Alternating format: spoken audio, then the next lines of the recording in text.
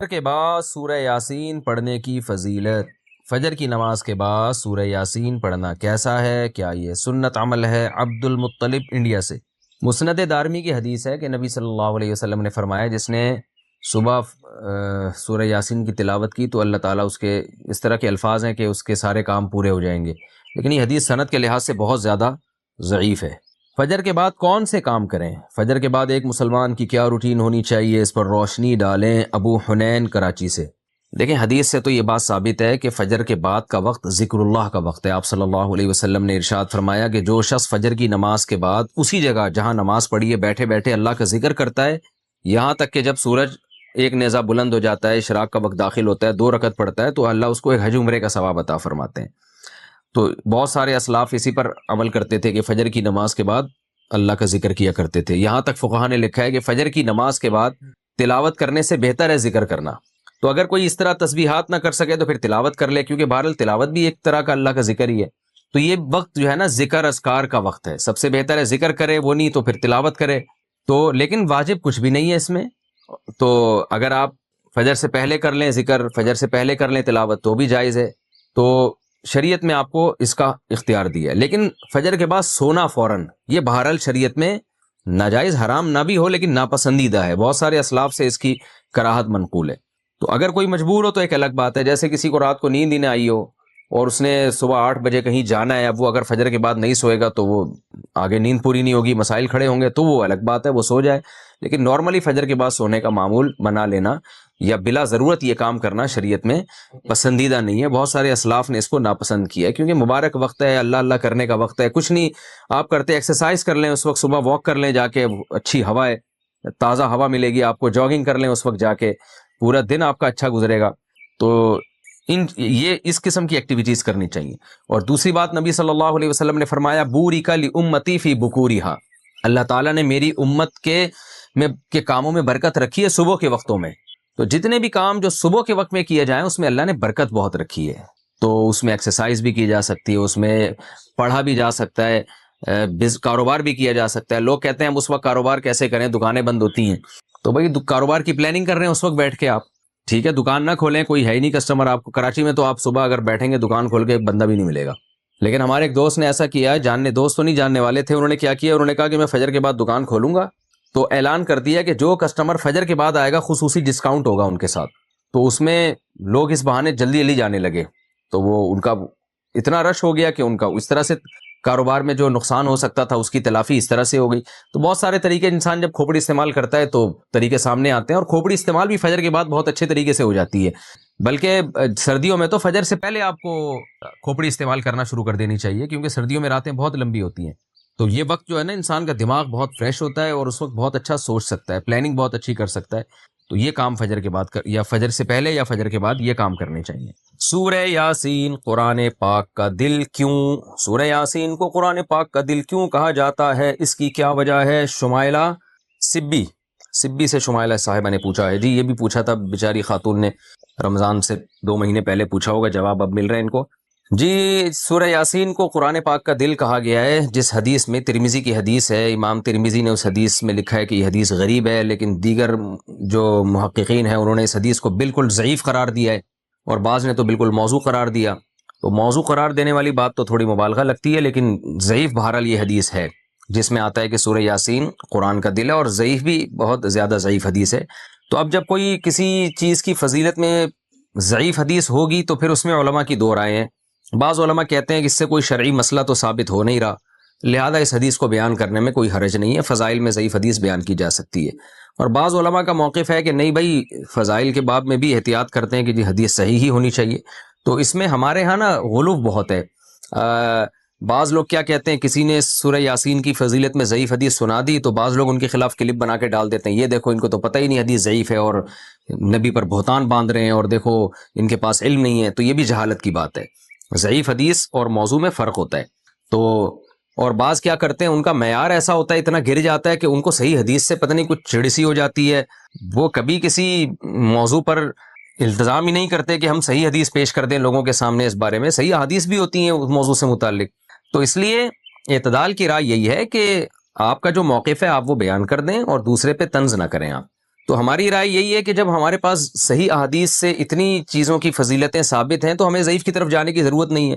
تو میرا تو طریقہ یہی رہا ہے کہ بھئی جب سورہ یاسین کے بارے میں جو یہ حدیث ہے کہ قرآن پاک کا دل ہے، یہ صحیح حدیث نہیں ہے، تو میرا موقف یہی ہے کہ اس میں احتیاط کی جائے، نہ بیان کی جائے وہ حدیث. لیکن اگر کوئی عالم یہ حدیث بیان کرتے ہیں ممبر پہ سورہ یاسین کی فضیلت میں، تو ان پہ طنز نہیں کیا جا سکتا، کیونکہ کوئی شرعی مسئلہ نہیں بیان کیا جا رہا. کیونکہ سورہ یاسین کا مضمون بہرحال اتنا جاندار، اتنا شاندار ہے کہ اس ضعیف روایت کی تائید اس سے بہرحال ہوتی ہے کہ اس کے مضمون کو جب آپ دیکھتے ہیں تو لگتا ہے کہ یہ واقعی قرآن پاک کا دل ہے. اولم یر الانسان انا خلقناہ من نطفۃ فاذا هو خصیم مبین. نبی کے پاس ایک شخص جو ہے نا قبر کی بوسیدہ ہڈی لے کر آیا اور کہنے لگا اس میں جان کون ڈالے گا. سورہ یاسین میں اللہ نے آخری رکوع نازل کیا کہ یہ انسان جو آپ کے پاس ہڈی لے کر آیا ہے یہ دیکھتا نہیں ہے ہم نے اس کو منی کے قطرے سے بنایا، اور آج یہ ہم پہ اعتراض کر رہا ہے کہ اس بوسیدہ ہڈی میں کون جان ڈالے گا. قل یحییھا الذی انشأھا اول مرہ. آپ اسے کہتے ہیں وہی جس نے اس ہڈی کو پہلی دفعہ بنایا نا، اسی ہڈی سے پوچھئے، بتائے گی جس نے مجھے پہلی دفعہ بنایا ہے وہ مجھے دوبارہ بھی بنا سکتا ہے. تو ایسے جاندار مضامین ہیں سورہ یاسین کے، تو اس لحاظ سے اس کو دل کہہ دینے میں کوئی حرج نہیں ہے. لیکن بہرحال اس بارے میں جو روایت ہے وہ کافی ضعیف روایت ہے. تو ہمارا طرز یہ ہے کہ جو صحیح احادیث ہیں، جیسے عبداللہ ابن عباس رضی اللہ عنہ سے ایک اثر منقول ہے سورہ یاسین کی فضیلت میں، صبح و شام پڑھنا چاہیے سورہ یاسین کو. تو ایسے صحیح روایات کا اگر ہم التزام کریں تو یہ زیادہ بہتر ہے. پھر کبھی انشاءاللہ میں سورہ یاسین کی کوئی فضیلت اگر صحیح احادیث میں وارد ہوئی ہے تو اس پہ الگ سے انشاءاللہ میں کلپ ریکارڈ کروا دوں گا. عام طور پر جو صورتوں کے الگ الگ فضائل کے بارے میں جو احادیث ہیں نا، سے آتا ہے تو ہب ڈیم سے آتا ہے یا ادھر سے کینچر جھیل ہے، پتہ نہیں کیا نام ہے اس کا، وہاں سے پانی آتا ہے. ان کا کہنا یہ ہے کہ اس پانی میں انسان روزانہ نہاتے ہیں، تھوکتے بھی ہیں اور بھی رپورٹیں پیش کرتے ہیں، وہ پیشاب بھی کرتے ہوں گے. یہ تو خالی انسانوں کا کہہ رہے ہیں، ہم نے کتے نہاتے ہوئے دیکھے ہیں. کتے، بھینسیں، گائیں، جس کو موقع ملتا ہے پانی میں اتر کے انجوائے کرتا ہے. وہ پھر وہ پانی آتا ہے ہمارے نلکوں میں، ہم پیتے ہیں اس پانی کو.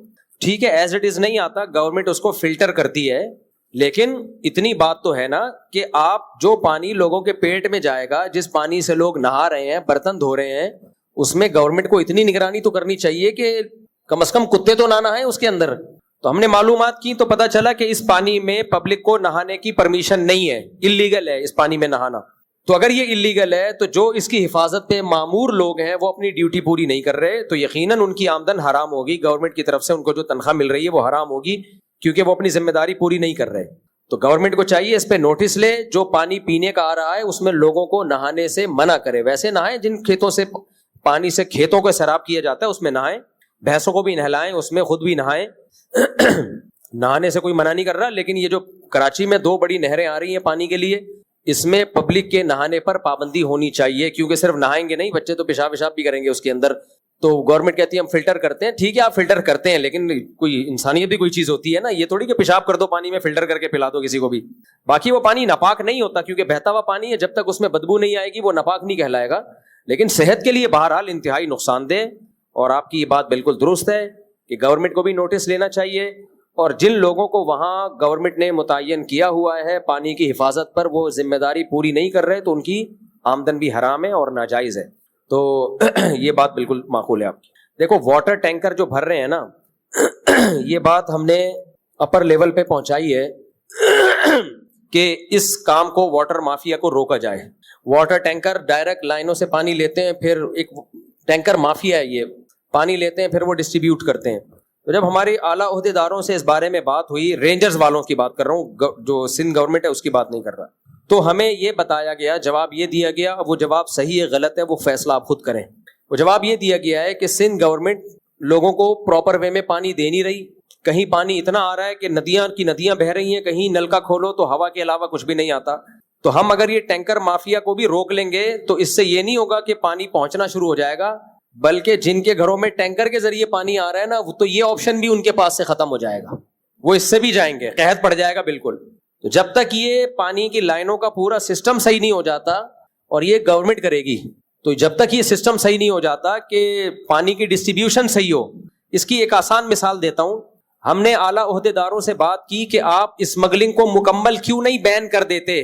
چوری چھپے بہت سی جگہوں پہ چھپڑ میں اسمگلنگ ہو رہی ہے اور وہاں حکومتی لوگ بیٹھے ہوئے ہوتے ہیں. تو ان کا جواب یہ تھا کہ کچھ علاقے ایسے ہیں جہاں ہم نے اسمگلنگ پہ زیادہ خود ہی کنٹرول نہیں کر رہے, کیونکہ گورنمنٹ وہاں خود سے تو لوگوں کو کچھ دے نہیں سکتی, اور اسمگلنگ کو لیگل بھی نہیں کر سکتی. لیگل کرے گی تو دبا کے شروع ہو جائے گی. تو ان کیا ہوا ہے, لیکن جانے دیا ہوا ہے کہ تھوڑا بہت ہمیں بھی کھلاؤ, خود بھی کھاؤ.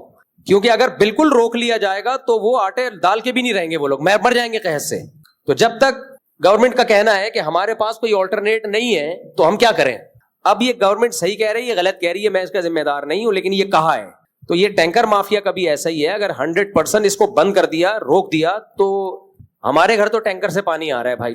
پتا چلا لائن سے بھی گئے اور ٹینکر سے بھی گئے. تو ٹینکر مافیا کو بین کرنا چاہیے, لیکن اس سے پہلے لائنوں میں تو پانی دو. تو پہلے لائنوں میں پانی آنا شروع ہو جائے, پھر ہم ٹینکر مافیا کے خلاف جلوس نکالیں گے انشاءاللہ. صلو علی الحبیب. چلو بھائی اگلا سوال. ٹھیک ہے.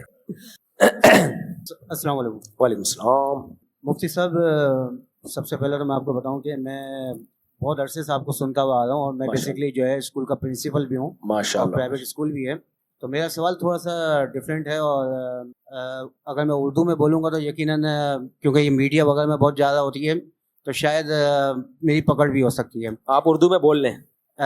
Sir actually when you will turn around the whole Karachi, so that time you can see there's lots of school who are totally illiterate people are running, but board is announced that whenever you will give me little bit bribe and little bit things, so that time we will pass out to you. 9-10 student 9-10 کے بچے آپ دیکھ لیں, یا کوئی بھی آپ اس type کی چیز دیکھ لیں, 120 گز کی جگہ جو ہے, 120 گز کی جگہ اس کے اوپر E D O, education district officer, school کو رجسٹرڈ نہیں کرتے ہیں. لیکن you can find out the whole Karachi, here is lots of schools are available in this city جو میٹرک تک اسکول چلا رہے ہیں, اور 120 گز سے بھی چھوٹے ہیں, اور رجسٹرڈ اسکول ہیں. ٹھیک ہے, اور بورڈ سے ریکگنائز بھی ہیں, اور ای ڈی او آفس سے رجسٹرڈ بھی ہیں. اور بورڈ آفس میں یہ تھوڑا سا لفظ میں انگلش میں بولوں گا کہ بورڈ یوز ٹو سے دیٹ سر, کیونکہ یہ وائرل ہو جاتی ہے اکثر ویڈیو نا, تو اس وجہ سے تھوڑا سا ڈر بھی لگتا ہے کہیں ایسا نہ ہو کہ میرے پاس ہی کوئی آ جائے. اصل میں تھوڑا شارٹ سوال پوچھے نا, یہ جو آپ نے پوچھا اردو میں بھی پوچھ لیں گے, کچھ نہیں ہوگا. یہ انگلش میں بھی وہی اعتراض ہے جو اردو میں. سوال صرف سر یہ اتنا ویلڈ پوائنٹ ہے. اسکولوں کا آپ حال دیکھو, آپ یہ بات کر رہے ہو کہ 120 گز سے کم پہ اسکول بنے ہوئے ہیں جو انلیگل ہے. میں ایسے اسکول جانتا ہوں, اسکول ہی نہیں ہے, پرنسپل کی تنخواہ بھی جا رہی ہے, ڈیسک کے پیسے بھی آ رہے ہیں, وائٹ بورڈ کے پیسے بھی آ رہے ہیں, اور گدھے بیٹھے ہوئے ہیں وہاں پہ, گدھے گھوڑے بندھے ہوئے ہیں. تو اس لیے حکومت زندہ باد. ایسا ہی تھوڑی ہم نے دیکھیں, ترقی کے لیے کچھ تو کرنا ہے نا سر. 9-10 میں تو یہ ترقی ہے, ہم نے ان چیزوں میں ترقی کی ہے سر. 9-10 میں اگر جو ہے بچے کو A1 گریڈ چاہیے یا ٹاپ, وہ پیسے سے مل جاتا ہے. دیکھیں جب جان محفوظ نہیں ہے تو آگے تعلیم تو بات کی چیز ہے نا یار. کراچی تو آپ کو پتا ہے, رپورٹ یہ ہے کہ کراچی اس وقت پوری دنیا کے بدترین 4 شہروں میں آ گیا ہے, 4تھے نمبر پر ہے. رہنے کے لحاظ سے دنیا کے بدترین شہروں میں کون سے نمبر پر ہے؟ 4تھے نمبر. کراچی کو کراچی کے بجائے کچرا کنڈی کہا کرو. دنیا کی سب سے بڑی کچرا کنڈی کہاں ہے؟ کراچی. سب سے بڑی دنیا کی, دا بگیسٹ کچرا کنڈی آف دی ورلڈ. انگلش میں بول رہا ہوں, تبھی اردو میں نہیں بول رہا میں. دا بگیسٹ کچرا کنڈی of the world is Karachi. تو یہ تو ٹھیک کہہ رہے ہیں آپ. اب میں یہ کہہ سکتا ہوں, کیا کہہ سکتا ہوں. صرف سوال صرف یہ ہے کہ اگر کوئی بچہ فورس کرتا ہے کہ سر آپ مجھے بھی A1 گریڈ دلوا دیں, اور میں کروا سکتا ہوں, نہیں دلوا, جائز نہیں ہے, نہیں دلوا سکتے, جائز نہیں ہے, جائز نہیں ہے. لیکن پیچھے سے بول رہے ہیں کہ اتنے دو لے لو, اور بھی اسکول کی ریپوٹیشن اچھی بنتی ہے. نہیں نہیں نہیں, رشوت جائز نہیں ہے. جزاک اللہ. اگلا سوال, پھر آپ میں اور حکومت میں فرق کیا ہوگا اگر آپ بھی یہی کام کریں گے؟ جی اچھا, کہاں ہیں, کہاں ہیں, ابھی ہیں؟ مفتی صاحب گزارش, کئی مہینوں میں آپ سے رابطے نہیں مل سکا, آپ مسجد میں آئے مگر اندر نہیں آ سکا, باہر سے واپس چلا گیا, مجھے آپ کا ستایا ہوا ایک بیاہ آیا تو میں واپس چلا جاتا ہوں. مفتی صاحب اصل میں کچھ پریشان ہوں کافی, اس کوئی فون نمبر ہے میں رابطہ کر لوں گا ان سے بات نہیں. چلیں, فون نمبر ڈالا ہوا ہے نیچے, تو کیا ضرورت ہے. مفتی صاحب میرا, جی مائک تو آن کریں یار, سب کو سوال تو آئے نا. جب آپ دشمن کی فوج سے لڑ رہے ہوتے ہیں تو اصول یہ ہے کہ اس کے جو عورتیں, بچے اور بوڑھے ہیں, یعنی لوکل مقامی آبادی, اس پر ان کو مارنا یا کسی بھی طرح کی اذیت دینا ناجائز ہے. اب مسئلہ یہ ہے, اسرائیل نے فلسطین پر جو کچھ بھی کیا وہ تو ظاہر بات ہے ظلم تھا, لیکن جو ایران بدلے میں کر رہا ہے تو ان کی عام آبادی کے مقامی علاقوں میں میزائل گرا کے ان کو جو ہے عام عوام کو بھی مار رہا ہے. تو کیا اس کی اسلام میں اجازت ہے؟ کیونکہ عوام تو بہت ساری جو ہے حکومت کی پالیسیز کے آرمی کے خلاف ہوتی ہے, عوام کا کیا قصور ہے؟ دیکھو, جنگ میں اصل حکم تو یہی ہے کہ عورتوں بچوں کو نشانہ نہ بنایا جائے, لیکن جنگ میں اتنی ایکوریسی کے ساتھ کہ کوئی بچہ نہ مرے, کوئی عورت نہ مرے, کوئی بوڑھا نہ مرے, یہ پاسبل نہیں ہے. عملی طور پر یہ ممکن نہیں ہے. فلسطین میں تو ٹارگٹ ہی بچوں کو کیا جا رہا ہے نا, اس میں تو اصل تو ہے ہی نہیں, سامنے تو وہ تو فرنٹ پہ ہے ہی نہیں. لیکن یہاں سے جب میزائل داغے جائیں اور نیت یہ ہو کہ ان کے فوجی اڈوں کو اٹیک کرنا ہے, لیکن 100% یہ پاسبل نہیں ہے. اس کی مثال ایسے ہے, فقہا نے لکھا ہے کہ جب آپ میدان جہاد میں ہو اور دشمن مسلمان قیدیوں کو ڈھال بنا کے سامنے آ جائے, آپ نے ان کا قلعہ فتح کرنا ہے. اب انہوں نے کیا کیا, مسلمان قیدی سامنے لا کے کھڑا کر دیا کہ تیر مارو گے تو ان کو لگے گا, تو شرعن ان کو بھی تیر مارنا جائز ہے. وجہ اس کی یہ کہ پھر تو آگے بڑھ ہی نہیں سکیں گے, فتح ہو ہی نہیں سکتی, وہ کھا جائیں گے, ہمیں طاقت میں آ جائیں گے. تو اس میں علماء نے لکھا ہے کہ نیت کرے گا, اللہ میں اس مسلمان کو مارنے کی نیت نہیں کر رہا, میری نیت اس کو مارنا ہے, لیکن اس نے ڈھال بنا لیا, میرے پاس کوئی آپشن نہیں ہے. تو جنگ میں یہ ممکن نہیں ہے کہ جی بالکل آپ نے جس کا نشانہ بنایا اسی کی کھوپڑی پہ جا کے میزائل لگے, یہ پاسبل نہیں ہے. اب پاکستان نے انڈیا پہ جو اٹیک کیا, ان کی فوجی تنصیبات کو نشانہ بنایا ہے, لیکن کیا بلی نہیں مری ہوگی اس میں, کیا گائے نہیں مری ہوں گی اس میں؟ تو اس میں بے گناہ لوگ بھی وہ مرتے ہیں, وہ روکنا ممکن نہیں ہوتا. ہاں, ہدف ہی بے گناہ لوگوں کو بنایا جائے, یہ حرام ہے, ناجائز ہے. تو ایک بزرگ بیان کر رہے تھے کہ گورباچوف تھا نا, جو افغانستان میں آیا تھا, رشیا کا صدر, کیسا بیڑا غرق کیا اس نے افغانستان کا, 16 لاکھ افغانی شہید کر دیے تھے جب نہیں رشیا کا انقلاب آیا تھا. تو ایک بزرگ بیان کر رہے تھے, ہائے گورباچوف نے ظلم کیا, بیچارہ جہنم میں جائے گا, میں چاہتا ہوں وہ ایمان لے آئے اور میں اس کو جنت میں لے جاؤں, ہائے ہائے ہائے ہائے. تو ایک افغانی بیٹھا ہوا تھا, کیونکہ اس نے تو لاشیں دیکھی تھی نا افغانستان میں, اس نے کہا مولوی صاحب گورباچوف قیامت میں ملے نا, اس کو بھی کوٹوں گا, تجھے بھی پکڑ کے کوٹوں گا ساتھ میں. گورباچوف کو تو چھوڑوں گا نہیں, تجھے بھی نہیں چھوڑوں گا. ایک حد ہوتی ہے میرے بھائی. موسیٰ علیہ السلام نے آخر میں فرعون کے خلاف بد دعا کی تھی, موسیٰ علیہ السلام اور ہارون علیہ السلام نے, اے اللہ فرعون کے دل پر مہر لگا دے اور ایسا سخت دل کر دے کہ اب اس کو ایمان کی توفیق ہی نہ ملے, ایسا نہ ہو آخر میں توبہ کر کے مر جائے اور سارے گناہ معاف کروا کے چلا جائے. اللہ تو معاف کر دیتا ہے. تو یہ سارے قتل جو اس نے کیے, ہم پہ ظلم کیا, یہ معاف نہیں ہونا چاہیے. اللہ اس کے دل کو سخت کر, اس سے توبہ کی توفیق چھین لے. جب تک دردناک عذاب نہ دیکھ لے توبہ کی توفیق نہ ملے اس کو, کیونکہ عذاب دیکھنے کے بعد توبہ قبول نہیں ہوتی. تو ایک حد تک انسان کو نرم دل ہونا چاہیے, اس کے بعد پھر بد دعائیں ہی بنتی ہیں. تو اتنے نیک نہ بنے کہ ہائے بیچارے بیچارے بیچارے بیچارے نہیں ہیں, سارے ایک جیسے ہیں. چلو, السلام علیکم مفتی صاحب. مفتی صاحب میرا نام حمزہ ہے, میں خاص طور پر لاہور سے آیا ہوں آپ سے ملنے کے لیے. آپ کے میں 2015 سے بیان سن رہا ہوں. اچھا. تو اللہ تعالیٰ کی توفیق سے اور آپ کے بیانوں کی وجہ سے ہی میں نے ماشاءاللہ اب داڑھی رکھی ہے. واہ واہ واہ ماشاءاللہ. جب مجھے کوئی کہتا ہے نا آپ کا بیان سن کے داڑھی رکھی ہے, مزہ آ جاتا ہے, کیونکہ داڑھی رکھنا نوجوان کے لیے بہت مشکل ہے. لوگ کہتے ہیں ہم نیک بن جائیں ملا نہ کہلائیں, اس لیے داڑھی رکھ لی, اس کا مطلب اس نے یونیفارم پہن لیا ہے. اور بڑا اس سے ایک روحانی طور پہ چینج فیل کیا ہے میں نے. گناہوں سے اب جو ہے نا وہ شرم آتی ہے گناہ کرتے ہوئے داڑھی رکھ کے. تو مجھ سے سوال میرا آپ سے, ایک تو ریکویسٹ تھی, ایک تصویر آپ کے ساتھ لینی تھی, اور دوسرا ایک سوال میرا یہ تھا کہ میں سی اے بیک گراؤنڈ سے, مطلب سی اے پروفیشن سے میرا تعلق ہے. تو ہمارے پروفیشن میں ایک بہت زیادہ جو ہے نا وہ کنفیوژن ہوتی ہے کہ ہم لوگ آڈٹس کرتے ہیں مختلف کمپنیز کے. تو اس میں کئی کمپنیز ہیں جن کا سودی بینک کے ساتھ لین دین ہوتا ہے, کئی دفعہ بینکس کا آڈٹ کرنا پڑ جاتا ہے. تو وہ جو آڈٹ ہم لوگ کر رہے ہوتے ہیں, دیکھیں آڈٹ کر لیں, میں سوال سمجھ, کیونکہ سوال بہت پوچھا جاتا ہے نا, آڈٹ کر لیں, اس کی جو انکم ملے گی وہ نہ لیں, وہ ٹریننگ کا حصہ ہے تو وہ کر لیں, لیکن اس کی انکم جو ملے اس دوران وہ سب صدقہ کریں. جیسے ہم لوگ فرم کے اندر, میں سمجھ گیا, یہ سوال کامن, چارٹرڈ اکاؤنٹنٹ جو بھی اکاؤنٹنگ پڑھے ہوتے کامن سوال ہے یہ, تو کر لیں, لیکن اس کی ارننگ حلال نہیں ہے, اور نیت یہ ہو آپ کی کہ میں صرف سیکھ رہا ہوں. اب مجھ سے صاحب ایک چھوٹا سوال اور تھا. ابھی ماشاءاللہ میرے ایک بیٹے کی ولادت ہوئی ہے, تو 2 بچے ہو گئے میرے الحمدللہ. اب جو میری مسز ہیں وہ یہ کہتی ہیں کہ ابھی یہ 2 پہلے بڑے ہو جائیں, اس کے بعد ہم تیسرے کا سوچیں گے, کیونکہ ان کو سنبھالنا بہت مشکل ہے. دیکھو 2 بچے ہو گئے, اس کے بعد ہم تیسرے کا سوچیں گے, پہلے بڑے ہو جائیں گے, یہ سوچ تو غلط ہے. ہاں یہ ضرور ہوتا ہے کہ 2 بچے ہو جائیں تو عورت کے لیے فوراً ہی تیسرا آ جائے, تو ان تینوں کو سنبھالنا مشکل ہوتا ہے. تو اس بیس پہ کوئی تھوڑا سا وقفہ دے دے تو کوئی حرج نہیں ہے اس میں, 2-3 سال کا. لیکن یہ بھی ایک فضول حرکت اس لیے ہے کہ یہ وقفہ فطرت خود دیتی ہے, یعنی اللہ کا نظام ہے نا, اور اللہ کو بھی تو پتا ہے کہ ایک دم سے اتنے نہیں سنبھالے جائیں گے. تو ایسا نہیں ہوتا کہ آپ چاہیں کہ ہر سال بچہ پیدا ہو جائے تو ہو بھی جائے گا, ایسا پریکٹیکلی ہوتا نہیں ہے. فطرت نے خود وقفے کے لیے انتظامات کیے ہوئے ہیں, ایسا نہیں ہوتا آپ کی شادی ہوئی تو ہر سال بچہ آ رہے ہیں, تو ریئر ہوتے ہیں ایسے, 100 میں کوئی ایک آدھ کیس ہوگا. نارملی ایسا ہوتا نہیں ہے, نیچر خود انوالو ہو جاتی ہے.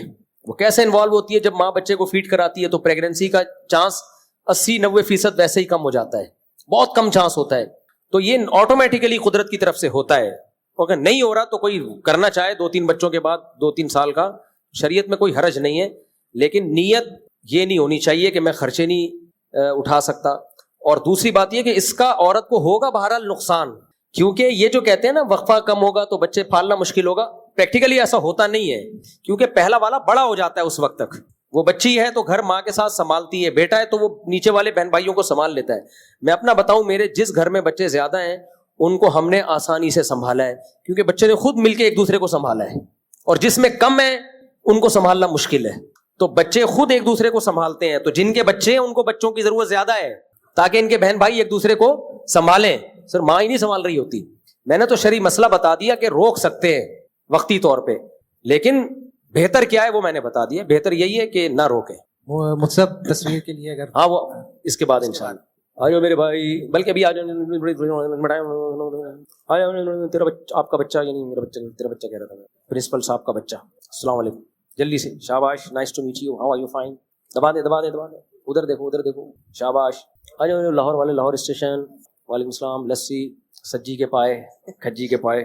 کیا لکھا ہوا ہے یار, پڑھ کے سناؤ کیا لکھا ہوا ہے. پینسل سے لکھا ہوا ہے اتنا ہلکا ہلکا. اور کوئی سوال؟ جو میرا نام, میرا تعلق میڈیکل فیلڈ سے ہے, میرا سوال ہے نام عبد الصمد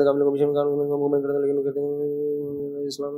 بھائی کہہ رہے ہیں کہ وہ کہتے ہیں کہ اگر کمیشن دینے سے قیمت میں فرق پڑتا ہے, کمیشن پہ بہت سے لوگ کام کرتے ہیں, جائز ہے کام کرنا کمیشن پہ بھی, اس میں کوئی شریعت نے ناجائز نہیں قرار دیا. چاہے دواؤں کی قیمت میں فرق پڑ رہا ہو تو اس سے کیا فرق پڑتا ہے, وہ تو پڑے گا, نیچرل ہے یہ, دھوکہ نہ ہو کسی کے ساتھ. گائے کی پڑھنا, کوئی کیا بول رہا ہے بھائی, گانے کی لیرک پڑھنا, گانا صرف بیوی کو سنا سکتے ہیں, اس کے علاوہ گانے گنگنانا گانا جائز نہیں ہے, صرف بیوی کے لیے جائز ہے. اور اس کو سناتے ہوئے موت آتی ہے انسان کو, آدمی کہتے ہیں تجھے کیوں سناؤں.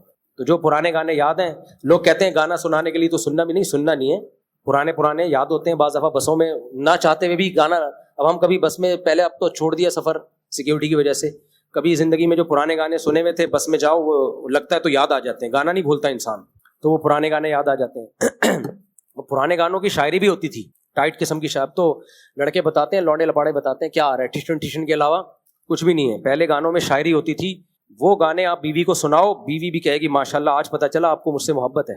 یہ ہماری ارینج میرج نہیں, ہماری محبت کی شادی ہے. لیکن بیوی کو گانا سنانا دنیا کا سب سے مشکل کام. انٹی کا فون آ جائے پوری فلمیں سنا دے گا اس کو, اسٹوریاں سنا دے.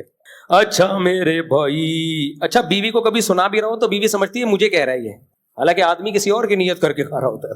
کچھ خواتین کہتی ہیں ہمارے شوہر محبت میں گانے سناتے ہیں. کہتا ہوں بھائی اتنا نیک, مارکیٹ میں شارٹ چل رہے ہیں. اچھا میرے بھائی, وہ مسجد کو یتیم اور پتہ نہیں کیا لکھا ہوا ہے, غریب کرنا نامناسب. اچھا میں نے اپنی مسجد کے بارے میں کہہ دیا, ہماری مسجد بیچاری یتیم اور غریب ہے. یہ صاحب کہہ رہے ہیں اپنی مسجد کو یتیم اور غریب کہنا ٹھیک نہیں ہے. میرے بھائی ادب کا کو مسلط نہیں کرو اپنے اوپر. اس میں مسجد کی توہین نہیں تھی, مسجد کی قسمہ پرسی بیان کرنا مقصد تھا. تو اتنا زیادہ نہیں ایکسٹریم لیول پہ جاؤ. نبی صلی اللہ علیہ وسلم نے فرمایا لا تشددوا فیشدد اللہ علیکم, اپنے اوپر خامخواہ کی سختیاں مت لگاؤ, اللہ بھی کر دے گا سختیاں. اب ایک مولوی صاحب نے قرآن کے ادب پہ بیان کیا, اتنا سخت بیان تھا وہ, لوگوں نے واہ واہ تو کر لی, لیکن میں نے کہا پریکٹیکلی یہ ممکن نہیں ہے. اب دیکھو میں کرسی پہ بیٹھا ہوں, کوئی یہاں قرآن رکھ کے بیٹھا ہوا ہے, تو ہم کیا کہتے ہیں ٹھیک ہے جائز ہے, کیونکہ اگر اس پہ پابندی لگا دی تو پھر ایک بھی آدمی کرسی پہ بیٹھا ہوا ہے, کوئی بھی زمین پہ بیٹھ کے قرآن پڑھ ہی نہیں سکتا. اس کو زمین سے اتارنا پڑے گا یا سب کو کرسیوں پہ بٹھانا پڑے گا. شروع میں ایسا ہوتا تھا جب اوپر پورشن میں لوگ بیت الخلا بھی بناتے, نیچے والے پورشن میں قرآن رکھا ہوا ہوتا, لوگ کہتے ہیں ہمارے گھر کے اوپر پورشن میں لوگ سو رہے ہیں, واش روم جا رہے ہیں, نیچے والے پورشن میں الماری میں قرآن رکھا ہے, یہ بے ادبی تو نہیں ہے؟ بعض لوگوں نے کہا یہ بے ادبی ہے, اوپر بیت الخلا نیچے قرآن. ہم نے اسی وقت فتویٰ دیا بھائی یہ بے ادبی نہیں ہے, اوپر کا پورشن بالکل ایک الگ چیز ہے, نیچے کا پورشن بالکل ایک الگ چیز ہے. تو اپنے اوپر اتنا ادب مسلط کرو جو افورڈ کر سکو. اب قرآن رکھا ہوا ہوتا ہے پیچھے, سعودی عرب میں ہم نے دیکھا ہے پیچھے لوگ قرآن پڑھ رہے ہوتے ہیں, لوگ آگے بیٹھے ہوئے ہوتے ہیں, ان کی پشت ہو رہی ہوتی ہے. ہمارے یہاں یہ کر ہی نہیں سکتے آپ, پیٹھ ہو رہی ہے. اس کا نتیجہ کیا نکلا, پچھلی صفوں میں بیٹھ کے کوئی آخر تک قرآن ہی نہیں پڑھ سکتا. تو ادب کریں اعتدال سے, اتنا نہ مسلط کریں کہ زندگی گزارنا مشکل ہو جائے. ایک بیچارے بزرگ آیا کرتے تھے مجھ سے ملنے, اللہ ان کی عمر میں برکت دے, اگر دنیا سے چلے گئے ہیں اللہ مغفرت فرمائے. وہ بہت زیادہ ادب سے بات کرتے تھے مجھ سے, آتے پہلے درود شریف پڑھتے, بڑے احترام کر رہے ہیں آپ مفتی ہیں تو, اتنا زیادہ القابات عرض کیا تھا, احقر کو گوناگوں مصروفیات کے باعث آپ سے ملاقات نہیں ہو پا رہی تھی, تو اب بڑے عرصہ دراز کے بعد آپ کا دیدار مبارک نصیب ہوا, تو کچھ گزارشات پیش خدمت ہیں. مجھے پسینے چھوڑ جاتے تھے. ایک دفعہ تو میں نے افورڈ کیا, دوبارہ وہ آ رہے ہوتے تھے میں راستہ بدل لیتا تھا کہ بھائی بہت مشکل کیس ہیں. ان پہ انڈیا کے تھے, کہیں لکھنؤ کے, تو وہ ویسے میں ان کا احترام کرتا تھا, بوڑھے ہیں خیریت بیریت, لیکن جب کوئی بات پوچھنے آتے میری ٹانگیں کپ کپانا شروع. تو میں نے کسی سے کہا, میں نے کہا یار یہ ہمارے لیے قابل احترام ہے, ان سے بولو کہ بس ٹو دا پوائنٹ بات پوچھ لیا کریں, آپ بھی سکون میں رہیں گے اور میں بھی. پھر بھی بوڑھے کا پھر بھی میں برداشت کر لیتا ہوں. اب بھی کچھ بوڑھے ایسے ہیں بڑی لمبی تمہید, ان کو تو میں یہ سوچ کے برداشت کر لیتا ہوں یار بڑھاپا ہے چلو برداشت. جوان آدمی پہ یہ سوٹ نہیں کرتا. آؤ ملو, السلام علیکم مفتی صاحب خیریت سے ہیں, بہت خوشی ہوئی آپ سے مل کے, یہ مسئلہ پوچھنا تھا, یہ اس کا جواب ہے, السلام علیکم. وعلیکم السلام, شاباش. تو یہ جو ادب بہت زیادہ مسلط ہوتا ہے یہ عذاب جان بن جاتا ہے. کل ایک تقریب میں ہم تھے, ایک میٹنگ تھی, اس میں سب لوگ اپنی رائے دے رہے تھے حالات سے متعلق, ٹو دا پوائنٹ بات کر کے. ایک مولوی صاحب کے ہاتھ میں مائک آیا, ان کو دیے گئے 2 منٹ میں آپ اپنی بات کریں. وہ کیسے شروع کی, الحمدللہ نحمدہ ونصلی علی رسولہ الکریم اما بعد فاعوذ باللہ من اتنا لمبا خطبہ. اس کے بعد پھر انہوں نے تجوید کے ساتھ تمام حضرات کا میں دل سے شکر گزار ہوں, اللہ سے امید ہے آئندہ بھی ہم اسی طرح ملتے رہیں گے. میں نے ساتھی سے کہا مشکل کیس ہے, میں نے کونی ماری, میں نے کہا بھائی یہ بہت مشکل کیس ہے. میں نے کہا کوئی فارورڈ کا بٹن واٹس ایپ میں تو ہوتا ہے, آہستہ بول رہے ہیں نا آپ, ڈبل اسپیڈ کر دو. میں نے کہا کوئی ایسا سافٹ ویئر بناؤ, سب سے پہلے میں خریدوں گا, جو اس طرح بول رہا ہوگا جا کے اس کے لگا دو. وہ کیا ہوا, 2 منٹ کی بات 20 منٹ میں کیے اور لوگ اٹھ کے جانے لگے. ابے ٹو دا پوائنٹ بات کرو, چلاؤ یار آگے. تو یہ جو ادب ہے, مسجد کو یہ بول دیا, مسجد کو غریب بول دیا, بھائی کوئی بے ادبی کی نیت سے نہیں بولا ہے, مسجد کی حالت بتانے کے لیے. تو اس میں کوئی زیادہ نہ مسلط کریں. یہ اور کیا گانے, یہ محبت ہو گئی کزن سے, اس کی عمر زیادہ, آپ 17 سال کے ہیں, جس سے محبت ہو شادی اسی سے کرو میرے بھائی, چاہے 90 سال کی کیوں نہ ہو. ہوتی نہیں ہے 90 سال کی سے, لیکن ایک مثال دے رہا ہوں میں. اگر آپ کی عمر 17 سال ہے, کزن کی عمر 35 سال ہے, آپ کو اچھی لگ رہی ہے, ٹرائی مارو ایسی کی تیسی. میں نے خود ایسی شادیاں کرائی ہیں ایسی شادیاں. ہمارے محلے میں ایک لڑکا تھا, لونڈا لپاڑا بالکل, بمشکل 17-18 سال کا ہوگا, ہینڈسم اسمارٹ تھا. انٹی تھیں 35-40 سال کی, کنواری تھیں, پسند آ گیا ان کو. انٹی بھی انٹی تھیں, اس لڑکے کو پسند آ گئی, وہ شادی ہو گئی. لوگوں نے بہت تماشے کیے. آج ماشاءاللہ ان کے بچے ہیں, ابھی ملا مجھے پتہ نہیں 30-35 سال کے بعد, پرانا واقعہ ہے نا, ابھی تک ماشاءاللہ ہنسی خوش زندگی گزر رہی ہے, ان کے خاندان اچھا, بچے بھی ہو گئے. جب میاں بیوی راضی تو کیا کرے گا قاضی, ایسی کی تیسی. وَتُعِزُّ مَن تَشَاءُ وَتُذِلُّ مَن تَشَاء کی روشنی میں سمجھائیے کہ کیا اس سے مراد یہ, جس شخص کو عزت مل رہی ہے وہ عزت کے قابل بھی ہے. مثلا ڈونلڈ ٹرمپ یا کوئی اور بھی شخص جس کا نام بھی نہیں لیا جا رہا, جس کو عزت مل رہی ہے وہ عزت کے قابل ہو یا نہ ہو. ہمارے ملک کو عزت مل رہی ہے, شخصیات کو نہیں دیکھا جاتا, اس کے پیچھے کنٹری کو دیکھا جاتا ہے. اگر آپ کا آرمی چیف سے اختلاف ہے, 100 دفعہ کریں آپ اختلاف, جیسے ہمارا جنرل مشرف سے اختلاف تھا, آپ 100 دفعہ کریں. لیکن ابھی جو آرمی چیف کو عزت مل رہی ہے تو چیف کی وجہ سے نہیں. ڈونلڈ ٹرمپ, عاصم منیر نہ ڈونلڈ ٹرمپ کا کوئی بہنوئی ہے نہ سالہ ہے, ابھی مل رہی ہے پاکستان کی وجہ سے. اگر آرمی چیف کوئی اور ہوتا تو بھی ملتی, مشرف ہوتا تو بھی ملتی, باجوہ ہوتا تو بھی ملتی. تو ایک آرمی چیف کو نہیں دیکھا جاتا, اس کے پیچھے کنٹری کو دیکھا جاتا ہے. تو اس لیے میں کہہ رہا ہوں کہ مثبت سوچنا سیکھو. اور ویسے بھی جب باجوہ تھا, جنرل باجوہ, تو یہ ہمارے سیاسی لیڈروں کی یہ مسئلہ ان کے ساتھ یہ ہے کہ جب فوج آپ کو فیور کر رہی ہو تو زندہ باد, وہ ہمارا باپ ہے. جب آپ کے اگینسٹ ہو تو یہی ملک کو کھانے والے بھی یہی ہیں, بنگلہ دیش توڑنے والے بھی یہی ہیں, بھٹو کو لٹکانے والے بھی یہی ہیں, سب کچھ یہی کر رہے ہیں. کل جو مسلم لیگی فوجیوں کے خلاف باتیں کر رہے تھے, آج کر رہے ہیں؟ بولو نا, نہیں کر رہے. آج جو پی ٹی آئی والے فوج کے خلاف بول رہے ہیں, کل بول رہے تھے. عمران خان کی تقریریں کہ آرمی چیف ہمارا باپ ہے.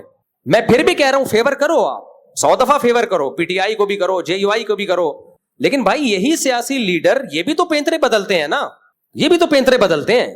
تو ہم پینترا نہیں بدل رہے, ہماری ایک ہی دعوت ہے شروع سے, سب سے پہلے ہم نے کنٹری کو دیکھنا ہے. ہمیں باجوہ یا عاصم منیر سے لینا دینا کچھ بھی نہیں ہے, ہمیں کنٹری سے لینا دینا ہے. تو کنٹری کے مفاد میں کوئی کام ہوگا تو ہم فیور کریں گے, کنٹری کے اگینسٹ ہوگا تو ہم فیور نہیں کریں گے. جب اگینسٹ تھا تو ہم فیور نہیں. جنرل مشرف نے جو فضائی اڈے پاکستان کو کے امریکہ کے حوالے کیے 100% حرام اور ناجائز کام کیا ہی ہے. اس وقت ہم نے ممبر پہ بیٹھ کے بولا کہ یہ غلط ہے, یہ جرم ہے, آپ کسی قوم پہ ظلم کرنے کے لیے اپنے ہوائی اڈے نہیں دے سکتے. تو جو کام غلط ہے اس کو غلط کہا جائے گا, لیکن اعتدال کا دامن. آپ کچھ کہہ رہے ہیں میرے بھائی, کن کے پیچھے؟ نہیں, پھر جائز نہیں ہے ایسے کمیشن لینا کہ جس سے لے رہے ہو اس کو پتا نہیں ہے, وہیں سے کاٹ رہے ہو, پھر تو یہ دھوکہ ہے نا. اور پہلا کیا سوال تھا, سوری؟ ہاں, مسلک کسی دوسرے مسلک کے پیچھے نماز پڑھنا, جب تک کسی مسلک میں شرک یا کفر نہ ہو اس کے پیچھے نماز جائز ہے. ابھی ٹیلی ویژن کے ایک پروگرام میں قاری خلیل الرحمان بیٹھے ہوئے ہیں اور ساتھ میں وہ بیٹھے ہوئے ہیں جو بریلویوں کے ہیں نا, مفتی حنیف قریشی صاحب بیٹھے ہوئے ہیں, اور بھی 2-4 لوگ بیٹھے ہوئے ہیں. تو سوال پوچھنے والے نے پوچھا, یہ حنفی لوگ امام کعبہ کے پیچھے نماز کیوں نہیں پڑھتے؟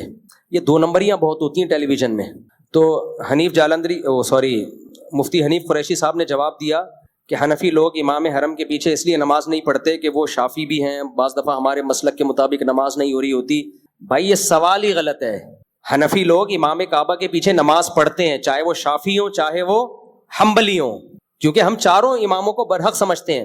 اب سعودی عرب میں جو امام کعبہ ہے وہ حنبلی ہیں, ان کی تحریر میں نے خود پڑھی ہے کہ ہم فقہ حنبلی کو فالو کرتے ہیں, خود میں اس کا گواہ ہوں. انہوں نے, ان پہ کسی نے اعتراض کیا تھا کہ آپ امام احمد بن حنبل کو کیوں فالو کرتے ہیں؟ انہوں نے کہا ہم اس لیے کہ وہ اہل سنت والجماعت کے امام ہیں, تو ہمارا حنبلی ہونا قابل فخر ہے کیونکہ ہم اہل سنت والجماعت کے امام کو فالو کر رہے ہیں. میں نے خود تحریر پڑھی ہے, تو ہم ان کے پیچھے نماز پڑھتے ہیں. یہ سوال ہی غلط ہے. تو قاری خلیل الرحمان نے پھر کہا کہ یہ ایسا کرتے ہیں, پھر مفتی حنیف قریشی صاحب نے جواب دیا ہم اس لیے نہیں پڑھتے. تو بریلوی حضرات نہیں پڑھتے, جو ان کا ہی کرائے ہے, لیکن یہ کہنا کہ حنفی نہیں پڑھتے یہ غلط ہے. خود صرف بریلوی نہیں پڑھتے, وہ نہیں پڑھے, ان کی مرضی, ان کے پاس کیا لاجک ہے, اس لیے نہیں پڑھتے کہ وہ شافی ہیں, ہمارے مسلک کے حساب سے نماز صحیح نہیں پڑھ رہے, کیا کر رہے. لیکن ایسا ہمارا فتویٰ نہیں ہے. دنیا بھر میں حنفی صرف پاکستان میں نہیں ہے, ترکی سارا حنفی ہے, افغانستان سارا حنفی, امام بخاری کا وطن بخارا وہ سارا کیا ہے, میں تو خود گیا ہوں وہاں جا کے, میں نے دیکھا ہے, وہ بھی حنفی ہے. تو دنیا میں 50% سے زیادہ تو مسلمان حنفی ہیں, وہ سارے امام کعبہ کے پیچھے نماز پڑھتے ہیں, نماز پڑھنے کو جائز قرار دیتے ہیں. بلکہ ہم تو یہاں تک براڈ مائنڈیڈ ہیں کہ احناف کی رائے میں 1 رکعت وتر جائز نہیں ہے الگ سے. اس پہ کیا دلائل ہے میں انشاءاللہ ریکارڈ کرواؤں گا. لیکن پھر بھی ہم حرم میں کہتے ہیں کہ ان کے پیچھے 1 رکعت بھی پڑھ لو, چھوڑ دو اپنا مسلک. کیوں بھائی, امام حرم ہے تو کوئی بات نہیں, آپ اس میں فقہ حنبلی کو یا فقہ شافی کو فالو کر لو. دلائل تو دونوں طرف ہیں. اجتماعیت کی خاطر کیا کرو, 1 رکعت وتر میں بھی آپ حرم میں جا کے, کہیں اور نہیں, حرم میں آپ 1 رکعت وتر بھی ان کے پیچھے پڑھ لو. تو ٹی وی میں جو پروگرام ہے اس سے یہ میسج گیا ہے کہ گویا حنفی امام کعبہ کے پیچھے نماز نہیں پڑھتے. سوال کرنے والے نے بھی بددیانتی کی ہے, اور قاری خلیل الرحمان صاحب کو کہنا چاہیے تھا کہ حنفی پڑھتے ہیں. لیکن قاری خلیل الرحمان صاحب کو بھی نا, خلیل الرحمان ہی نام ہے نا, ایک تو میں نام غلط لے رہا ہوتا ہوں, ان کو بھی احناف کی حمایت کرتے ہوئے موت آتی ہے. پتہ ہوتا ہے یہاں احناف درست ہیں, لیکن وہ مجال ہے, کوئی طنز جتنے بھی ہوں گے, جہاں کوئی طنز کا موقع ملے گا تو کریں گے, طنز کا موقع ملے گا تو کریں گے. تو فرقواریت تو آپ خود پھیلا رہے ہو. تو ان کو چاہیے تھا بولتے بھائی 99% حنفی امام کعبہ کے پیچھے نماز پڑھتے ہیں. ٹھیک ہے, مفتی حنیف قریشی صاحب نہیں پڑھتے ہوں گے, ان کی, میرے مقصد کسی پہ طنز نہیں ہے, ان کی اپنی ایک رائے ہوگی. لیکن یہ الزام لگانا کہ سارے حنفی نہیں پڑھتے غلط ہے, پڑھتے ہیں.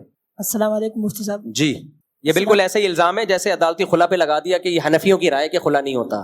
بھائی سب کی رائے خلا نہیں ہوتا, جس کو جو ٹھڑک نکالنی ہوتی ہے حنفیوں کا نام لے کے رگڑ دیتا ہے اس کو. السلام علیکم مفتی صاحب. میرا سوال یہ ہے کہ جو لڑکے جو پیٹرول پمپ پہ کام کرتے ہیں نا, جی, ان کو جو تنخواہ دی جاتی ہے وہ کیا حرام ہوتی ہے یا حلال ہوتی ہے؟ لڑکے جو پیٹرول پمپ پہ کام کرتے ہیں ان کی تنخواہ حرام کیوں ہوگی, حلال ہے. وہ جو پیٹرول کم کرتے ہیں نا, ان سے تو لڑکے کام کیا کر رہے ہیں پیٹرول پمپ پہ؟ جو پیٹرول کم ہوتا ہے نا, ان سے لڑکوں کا کوئی واسطہ نہیں ہوتا, وہ تو اندر آفس سے ہوتا ہے. بس اگر ناجائز کام کر رہے ہیں, پیٹرول بچا رہے ہیں اور بل صحیح نہیں بنا رہے تو پھر ناجائز ہے. لڑکے کام کر رہے ہیں ان کے بھی صحیح نہیں ہے, جو لڑکے کام کرتے ہیں پیٹرول پمپ پہ ان کے بھی آمدنی, اگر کام ہی سارا دن یہی ہے دھاندلی, تو پھر ناجائز ہے. کام دیکھا جاتا ہے, زیادہ کام کیا ہے, زیادہ کام جائز ہے تو تنخواہ کو جائز سمجھا جائے گا, اور ہمارے لیے ان سے ڈیلنگ حلال ہوگی. اور جو حرام ہے جتنا اس کو صدقہ کرنا پڑے گا, اور سارا ہی کام دھاندلی پر مشتمل ہے, پھر جائز نہیں ہے. میرے بھائی جلدی لیڈیز گروپ کے ساتھ عمرہ کے بغیر محرم جا سکتی ہوں. خاتون نے پوچھا ہے کیا میں بغیر محرم کے عمرے پہ جا سکتی ہوں؟ گروپ کے ساتھ نہیں جا سکتی. جوان لڑکی بغیر محرم کے عمرہ یا حج کا سفر نہیں کر سکتی. ایسی باتوں کا فتویٰ غامدی صاحب سے لیا کریں. تو اس کو عام سفر پہ قیاس نہیں کیا جا سکتا، حج عمرے کے سفر کو. دیکھو یہ بات کہ نبی صلی اللہ علیہ وسلم نے عورت کو محرم کے بغیر سفر کرنے سے منع کیا ہے، اس میں اتنی بات تو ہم بھی مانتے ہیں. اس کی وجہ تھی فتنہ، کیونکہ پہلے زمانے میں جنگلوں کا سفر بھی آ رہا ہے، صحراؤں کا سفر بھی آ رہا ہے، عورت کے ساتھ کوئی مرد نہیں ہوگا تو اس کی عزت اچھلنے کا خطرہ ہے. اس لیے نبی نے فرمایا 1 دن اور 1 رات کا سفر، یا اور ایک دوسری حدیث میں 3 دن اور 3 رات کا سفر کوئی عورت محرم کے بغیر نہ کرے. اب لوگ کہتے ہیں کہ اب وہ دور نہیں ہے، اب جہاز میں جا رہی ہے، کیمرے لگے ہوئے ہیں، سیو ہے، بالکل ٹھیک ہے، لیکن یہ یہاں تو ہو سکتا ہے کراچی سے لاہور کسی کام سے جانا ہو گیا ایمرجنسی میں، لاہور سے کراچی، یا امریکہ بھی جا سکتی ہے، امریکہ میں اس کا محرم وہاں موجود ہے، یہاں سے ابا نے بٹھا دیا اور وہاں سے کسی نے ریسیو کر لیا، اس میں تو کوئی ضرورت کے وقت گنجائش دی جا سکتی ہے. عمرے میں ایسا نہیں ہوتا، حج میں ایسا نہیں ہوتا، یہاں سے اڑی وہاں پہنچ گئی. 10 سے 15 دن اسٹے کرنا پڑتا ہے. کسی اجنبی ملک میں اتنا لمبا اسٹے جوان عورت کا محرم کے بغیر، اس میں یہ کہنا کہ فتنے کا اندیشہ نہیں ہے، یہ حالات سے ناواقفیت کی دلیل ہے. اچھا، لوگ مثال دے رہے ہوتے ہیں فلاں کی بیٹی گئی تھی، جوان لڑکی ہے، وہ تو صرف حج عمرہ نہیں بلکہ وہ تو 4 سال یورپ کی یونیورسٹی میں پڑھ کے آ گئی، اسے تو کچھ نہیں ہوا، اور مولوی لوگ کہتے ہیں فتنے کا اندیشہ ہے. دیکھو فتنے کا اندیشے کا مطلب کیا ہے؟ خطرہ ہے، یقینی تھوڑی ہوتا ہے فتنہ. کسی علاقے میں چرس بٹ رہی ہو، آپ اپنے بچوں کو وہاں جانے سے روکو گے نا؟ کیا خیال ہے؟ اب کوئی کہہ رہا ہے نہیں میرا بچہ تو گیا تھا، کوئی چرس نہیں لی اس نے، چرسیوں سے دوستیاں بھی لگائیں، راتیں بھی گزاری، چرس نہیں پی. آپ کہیں گے بھائی یہ ہو گیا، ونس اپون اے ٹائم ایسا بھی ہو جاتا ہے، لیکن خطرہ تو ہے نا، تو ہم کیوں رسک لیں بھائی؟ تو اسلام میں بہت سارے احکام کا مدار فتنے پر نہیں ہے، فتنے کے خطرے پر ہے، خطرہ موجود ہے. ورنہ بہت ساری بے پردہ عورتیں ہیں، ان کی عزتیں محفوظ، آج تک کسی نے ان کو نہیں چھیڑا. بہت ساری بے پردہ ہیں، تو کیا بے پردگی کی اجازت ہو جائے گی؟ یہی کہا جائے گا نہیں چھیڑا، خطرہ تو ہے نا، خطرہ تو ہے. تو خطرے کی بیس پہ بہت ساری لڑکیاں جاتی ہیں، عمرہ کر کے آ جاتی ہیں، کچھ نہیں ہوتا. بہت ساری جاتی ہیں یورپ امریکہ یونیورسٹیوں میں 4 سال ہاسٹل میں رہتی ہیں، کچھ نہیں ہوتا. لیکن بہت ساریوں کو بہت کچھ ہوتا بھی اسی وجہ سے، اگر وہ گھر میں رہتی ہیں تو نہ ہوتا یہ سب کچھ. تو شریعت نے فتنے پر مدار نہیں رکھا، فتنے کے خطرے پر مدار رکھا ہے. تو حج اور عمرے میں بہت ٹائم گزارنا پڑتا ہے، اجنبی ملک ہے، اجنبی کنٹری ہے، سارے اجنبی لوگ ہیں، تو بہت خطرہ ہوتا ہے ٹاکرا ہو جائے. دوستیاں جہازوں میں ہو جاتی ہیں، دوستیاں بیٹھے بیٹھے دوستیاں ہو جاتی ہیں، بڑے اسکینڈل چلتے ہیں پھر. تو اس لیے اتنی تو گنجائش ضرورت کے وقت دی جا سکتی ہے، یہاں سے وہاں جا رہی ہیں، وہاں سے یہاں آ رہی ہیں، لیکن کسی دوسرے کنٹری میں اتنے ٹائم کے لیے اسٹے کرنا محرم کے بغیر، اس کی بالکل اجازت نہیں. ہاں بوڑھی عورتیں مستثنا ہے، بوڑھی عورتوں وہ بغیر محرم کے جا سکتی ہیں. اب بوڑھی کون ہے تو ہم کوئی ایج نہیں بتاتے، جو عورت کہہ دے کہ میں بوڑھی ہوں وہ چلی جائے. السلام علیکم. وہ کہے وہ مر جائے گی. ہماری جاننے والی ایک خاتون اس چکر میں مر گئی، ڈاکٹر کو اپنی عمر ہی نہیں بتاتی تھی صحیح، 35 سال کے بعد انہوں نے بتانا چھوڑ دیا. ڈاکٹر 35 سال کے حساب سے ان کو میڈیسن دے رہا تھا، جبکہ وہ 55 کی ہو چکی تھی. جھوٹ بولا ڈاکٹر سے اور مر گئی. موت گوارا کر لی، مگر یہ کہنا کہ میں 55 کی ہو چکی ہوں یہ گوارا نہیں کیا. یہ ہوتے ہیں عزم کے پکے. مفتی صاحب میرا نام ذوالفقار ہے، میں سعودیہ سے آیا ہوں چھٹیوں میں. Very good. تو میرے کافی کولیگ جو ہے آپ کو دیکھتے ہیں. Very good. اور ان میں سے ایک انڈین کولیگ نے مجھے کہا تھا کہ آپ کراچی میں رہتے ہو لیکن آج تک آپ کی مفتی طارق مسعود سے ملاقات نہیں ہوئی، تو ایک تو ملاقات کرنی ہے آپ سے، ایک تصویر کی درخواست ہے. اچھا 2 چھوٹے چھوٹے سوال ہیں میرے. جلی سعودیہ میں جو ہے وہ میں بچوں کو اس دفعہ اس لیے لے کر آیا ہوں کہ یہاں پہ آ کے بقرعید دیکھیں. وہاں پہ وہ میرے بچے یوٹیوب دیکھتے ہیں تو وہ ایسا کوئی اسلامی چینل بچوں کا چینل نظر نہیں آتا. تو اس سلسلے میں جامعۃ الرشید کیا کام کر رہا ہے. دوسرا سوال یہ ہے کہ آپ جو یہ مشن لے کے چل رہے ہیں 4 شادیوں کا، تو کیا آپ نے اپنے کچھ شاگرد ایسے بنائے ہیں جو یہ آپ کا مشن آگے لے کے چلیں گے؟ دیکھو بچوں کو پھر بقرعید میں پاکستان لایا کرو. کراچی، خدا کی قسم بقرعید کا مزہ کراچی میں ہی ہے، بہت زیادہ مزہ. میں نے دیکھا ہے کینیڈا سے UK سے لوگ اپنے بچوں کو کراچی لا رہے ہوتے ہیں، باقی ملکوں میں مزہ نہیں ہے بقرعید کا. اور پاکستان میں بھی جو مزہ کراچی میں کہیں اور نہیں ہے. تو وہ اس کا تو یہ جواب ہو گیا کہ بچوں کو سعودی عرب نہ رکھیں بقرعید میں، ان کو یہاں لے کر آئیں. سعودیوں کو بولیں تم بھی آؤ ہمارے یہاں، بقرعید یہاں کے گزارا کرو. باقی یوٹیوب چینل تو لوگ بنا رہے ہیں، مذہبی چینل بھی ہیں. جامعۃ الرشید کا مجھے نہیں پتا، شاید بنایا انہوں نے، نہیں بنایا واللہ عالم. بنانا چاہیے بچوں کے لیے مذہبی چینل. ان لوگوں نے تو بنائے ہیں، جو دعوت اسلامی والے لوگوں نے بھی اچھے چینل بنائے ہیں بچوں کے. جی دوسرا سوال میرا رہ گیا مفتی صاحب. دوسرا سوال یہ تھا کہ جو آپ مشن لے کے چل رہے ہیں 4 شادیوں کا. ہاں 4 شادیوں والا مشن لے کے میں چل رہا ہوں. یہ آپ کے بعد کون لے کے چلے گا؟ آپ نے ایسے شاگرد تیار کیے ہیں؟ نظریہ تو بن چکا ہے، اور بہت سے لوگ اب میڈیا پہ یہ بحث آنا شروع ہو گئی ہے، مدارس سے فتوے نکلنا شروع ہو گئے ہیں، تو بہت تبدیلی ہو گئی ہے. اب جو لوگ کریں گے تو ظاہر ہے ان کی نسلوں میں یہ کام جاری ہوگا نا، تو ہو چاہیے چل پڑائیں. اب یہ وہ کیا ہے، پھونکوں سے یہ چراغ بجھایا نہ جائے گا، بچوں کی پیدائش کو روکا نہ جایا جائے گا. 19:15 کے بعد 19 ہوئے تو شرم تو آئے گی نا. کچھ لوگ تو مذاق اڑا رہے ہیں, یہ دیکھو مولویوں کا اس کے علاوہ کوئی کام ہی نہیں ہے, لیکن بہت سے شرمندہ بھی ہو رہے ہیں کہ یار ہماری صحت مفتی صاحب سے زیادہ اچھی ہے, ہمارے پاس مفتی صاحب سے زیادہ پیسہ ہے, ہم ابھی مفتی صاحب سے زیادہ ینگ ہیں اور کوئی رپورٹ ہی نہیں ہے. شرم آ رہی ہے ان کو. انقلاب آئے گا. وہ لوگ بیزار ہیں, پتہ ہے آپ کو, وہ چاہ رہے ہیں یہ بیانات ہماری قوم کے لیے ہوں. اللہ کی قسم, امریکہ ہم سے ناراض اس لیے نہیں ہے کہ ہم 4 شادیوں اور زیادہ بچوں کی بات کرتے ہیں, نا نا نا, وہ کہہ رہے ہیں یہ پاکستانیوں کو کیوں سکھا رہے ہو. وہ کہتے ہیں ہم پاکستانیوں پہ پیسہ خرچ کر رہے ہیں نسل روکنے کے لیے, کیونکہ ہماری بڑھ نہیں رہی, ان غریبوں کی پھیل رہی ہے. یہی بیانات اگر میں انگریزوں میں دینا شروع کر دوں نا کہ زیادہ بچے پیدا کرو, مجھے نیشنلٹی دے دیں گے وہ لوگ. جاپان کہے گا یار ادھر شادیاں کروا, بچے پیدا کروا, یہاں پہ ہم تجھے, میں بھی جاپان چلا جاؤں نا, میرے سارے بچوں کا فری اتنے لاکھ روپے مجھے ملیں گے کہ آپ کی سوچ سے بھی زیادہ. مجھے لوگ بلا رہے ہیں, کوئی کہہ رہا ہے ناروے آ جاؤ, کوئی کہہ رہا ہے جاپان آ جاؤ, مفتی صاحب بچوں کا 19 بچوں کا الاؤنس, سونے کے نوالے, کیونکہ یہ چاہ رہے ہیں فیملیوں کو بڑھانا. نہیں, لیکن نیشنلٹی وہاں کی لینی پڑے گی. نا ہم نہیں آ رہے ہیں. ہم کہتے ہیں نہیں, اپنے خرچے پہ پالیں گے بچوں کو. لیکن آپ کو پتا نہیں ہے, ان لوگ وہ چاہتے ہیں کہ ان کا فیملی سسٹم مضبوط ہو, وہ چاہتے ہیں کہ ان کے ہاں گروتھ ریشو بڑھے. ناروے کی فیمیل وزیر اعظم تھی جب میں نے ناروے کا سفر کیا ہے, میرے جانے سے چند دن پہلے اس نے بیان دے دیا تھا